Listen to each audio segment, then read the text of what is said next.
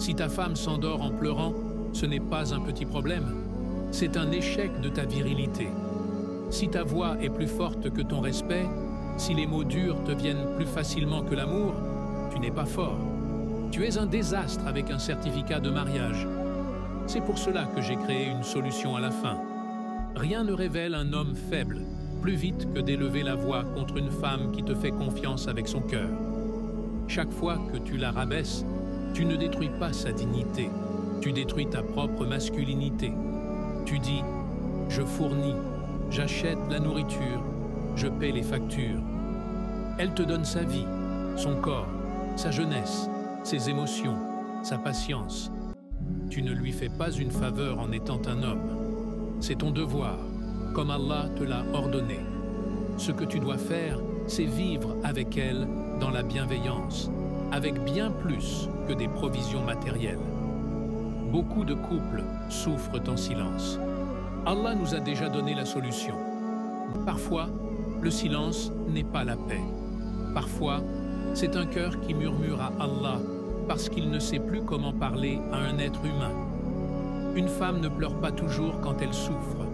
Parfois, elle se tait, non pas parce qu'elle a cessé de ressentir, mais parce qu'elle a commencé à chercher refuge auprès du seul qui comprend véritablement les cœurs. Elle a expliqué, elle a prié, elle a attendu, et à un moment, elle a simplement remis sa douleur à Allah. Le silence peut paraître calme, mais à l'intérieur, il peut être une tempête guidée par la sabre. Un cœur qui lutte pour garder sa dignité et sa foi. Beaucoup d'hommes ne voient pas cela. Ils ne réalisent qu'une fois que son cœur est déjà parti, bien avant que ses pas ne quittent la maison.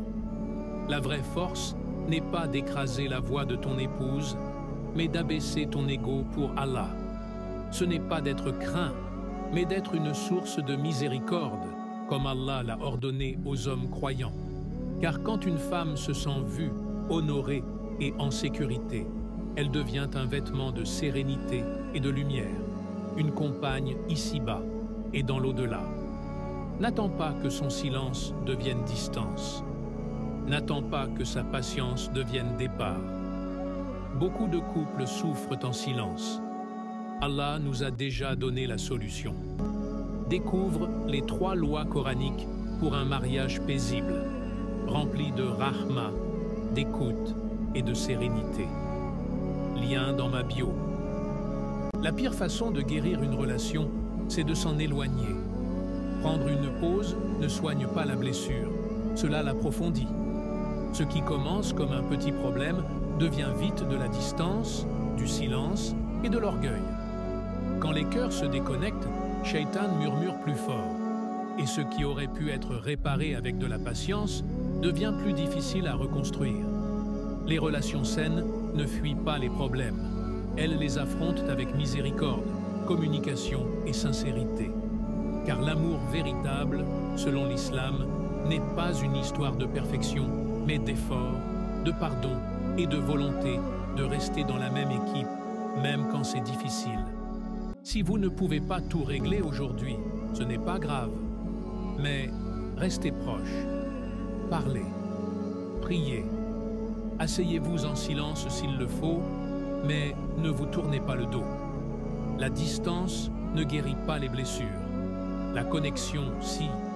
Parfois, sauver un mariage commence simplement par le choix de ne pas partir. La distance ne guérit pas les blessures. La miséricorde, oui. Trop de couples souffrent en silence, cherchant des réponses ailleurs. Mais la solution se trouve déjà dans le Coran. Ne t'éloigne pas simplement parce que les choses sont devenues difficiles. Le mariage n'est pas censé être sans effort. Il est censé être intentionnel. Il y aura des problèmes, il y aura des silences, il y aura de la douleur. Mais le véritable amour n'est pas celui qui fuit les épreuves. C'est celui qui les endure avec patience et miséricorde. Il y aura des nuits où vos cœurs sembleront distants, où tu douteras même de votre lien. Mais les relations qui durent vraiment sont celles qui se choisissent encore dans le pardon, dans la foi, dans la prière. N'importe qui peut aimer pendant les chapitres faciles. L'épreuve, c'est de savoir si tu seras encore présent. 1. Quand l'histoire devient difficile. Alors ne renonce pas parce que tu es fatigué. Puis, essaie encore une fois. Parle à nouveau. Répare à nouveau. Demande à Allah d'adoucir vos cœurs à nouveau.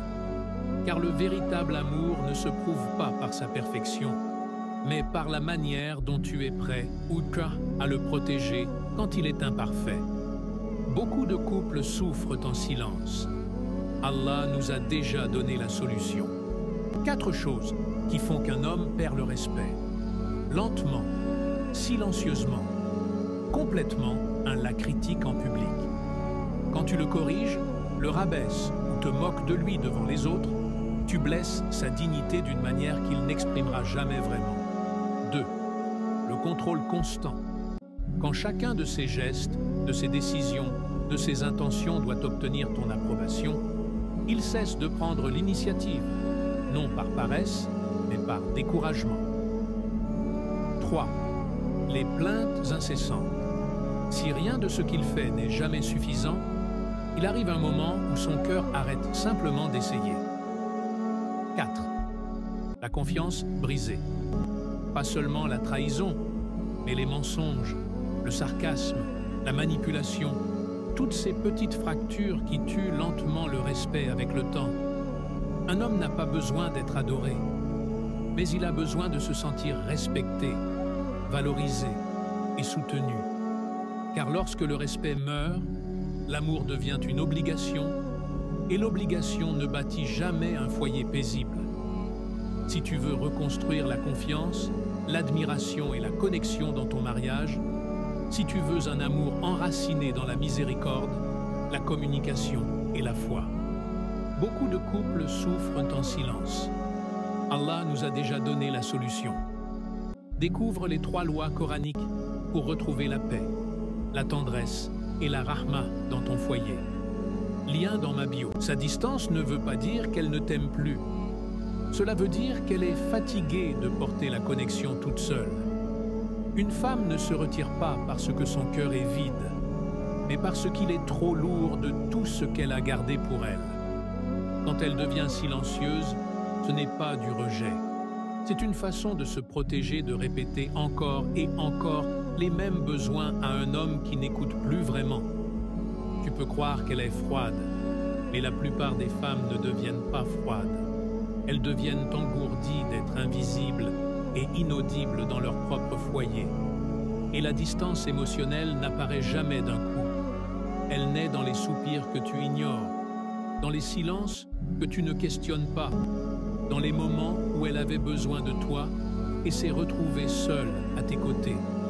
Si elle est encore là, c'est ta chance de revenir avec douceur, de parler, d'écouter et de reconstruire avec intention et rahma.